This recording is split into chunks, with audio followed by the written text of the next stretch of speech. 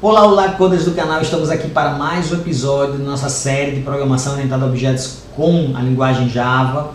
Estamos no 10º episódio da terceira temporada, nós vamos falar sobre polimorfismo.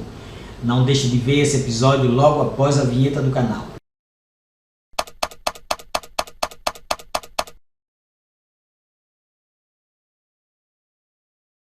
Bom pessoal, já está inscrito no nosso canal? Se você não tiver inscrito, faça sua inscrição para que você possa receber as notificações de novos vídeos, dessa série ou de uma outra série qualquer sobre programação e tecnologia. No vídeo de hoje nós vamos na verdade começar a falar sobre polimorfismo. Eu dividi em várias partes, essa é a parte número 1, para que esse vídeo não fique muito longo e você não perca o interesse, porque esse é um assunto que eu diria dos mais importantes da programação orientada a objetos. Se você lembra, a gente comentou que eram 3 pilares: o encapsulamento, a herança e o polimorfismo. O polimorfismo é que nós vamos começar a ver hoje. O polimorfismo, eu diria que dos 3, ele é o mais complicado. Mas nada que você não consiga entender, Se você não conseguir, você volta e revê novamente o vídeo, ou os vídeos, melhor dizendo, para que você possa entender esse importante conceito da orientação a objetos. E aí eu coloquei essa imagem, que é dos X-Men, que cai como uma luva para o que a gente está querendo mostrar, Essa é a mística, Se vocês não lembram, a mística ela consegue mudar de forma, Ela pode mudar e se adaptar para qualquer outro tipo de forma, outro tipo de pessoa, vamos chamar assim, E é o que vem a casar, porque o polimorfismo significa muitas formas, Vem do grego e ele permite com que mude de forma, Essa analogia ela indica a possibilidade de um objeto mudar de forma. Por exemplo, um quadrado se tornar um círculo, ou um círculo se tornar um triângulo.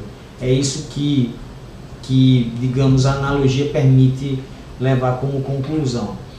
Porém, na prática, o que acontece não é uma transformação de um quadrado em um círculo, O que a gente tem é uma coisa um pouquinho diferente, E aí a pergunta que a gente se faz é, então, como é que funciona o polimorfismo, Já que a gente está mudando de forma, Já que é um pilar da orientação a objetos é polimorfismo e eu não mudo, um objeto não se transforma em outro, como é que isso ocorre na programação orientada a objetos?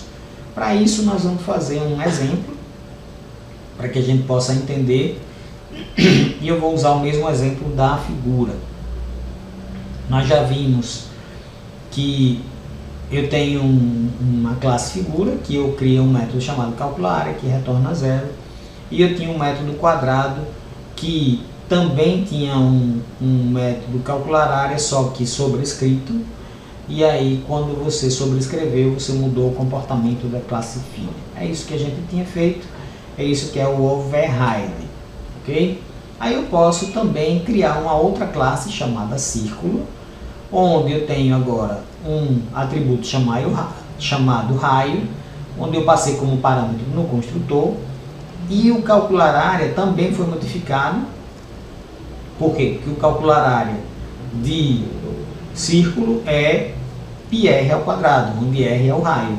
Então eu multipliquei 3,14, como está aqui nessa linha de código, 3,14 vezes o raio, então πr2. É isso que a gente tem em termos de cálculo de área. Então, veja que do jeito que está aí, é override, não temos o que discutir, E aí agora eu estou mostrando um app onde eu criei uma instância de quadrado, onde eu mandei imprimir a área, e criei uma instância de círculo, onde também mandei imprimir a área. Então, nesse primeiro exemplo, ele vai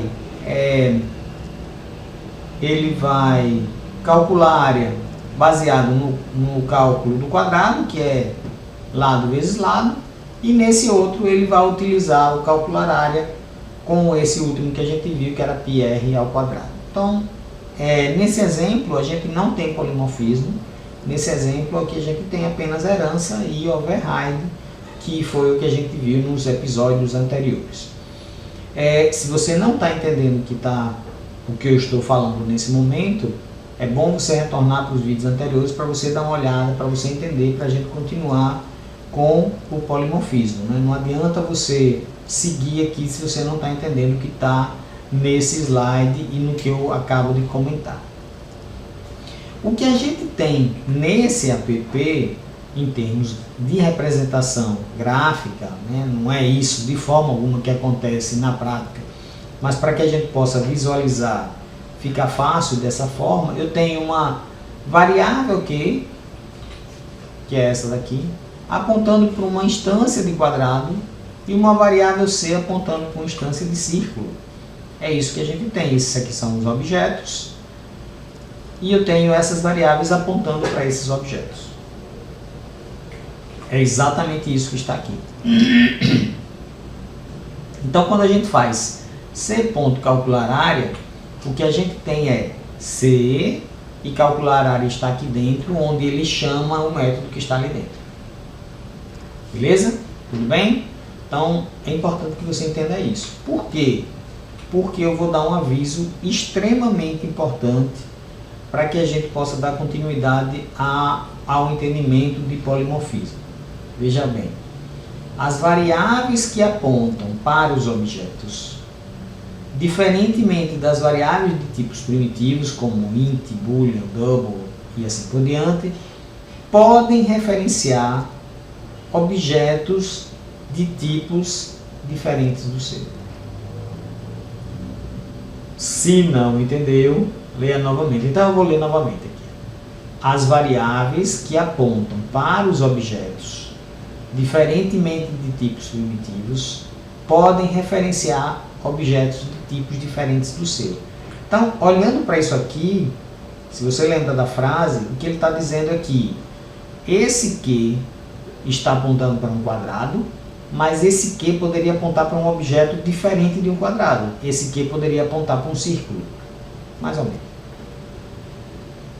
Tudo bem? É isso que foi dito lá. A mesma coisa o C. C está apontando para um objeto tipo círculo, mas ele poderia apontar para um outro tipo de objeto. Foi isso que estava escrito nessa frase.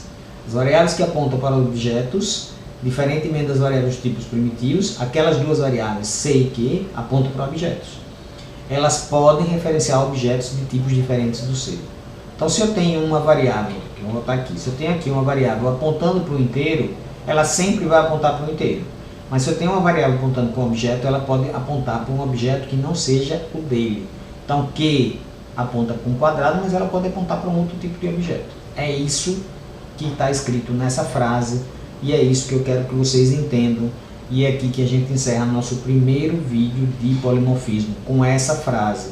Se você não leu, se você não entendeu, é bom ler novamente. Mas no vídeo seguinte, no próximo episódio, eu falarei, né, vou iniciar inclusive com esse slide para que a gente possa dar continuidade. Se você gostou, dê um like no nosso vídeo e não deixe de ver o próximo episódio, porque é a continuidade desse. Um grande abraço e até lá!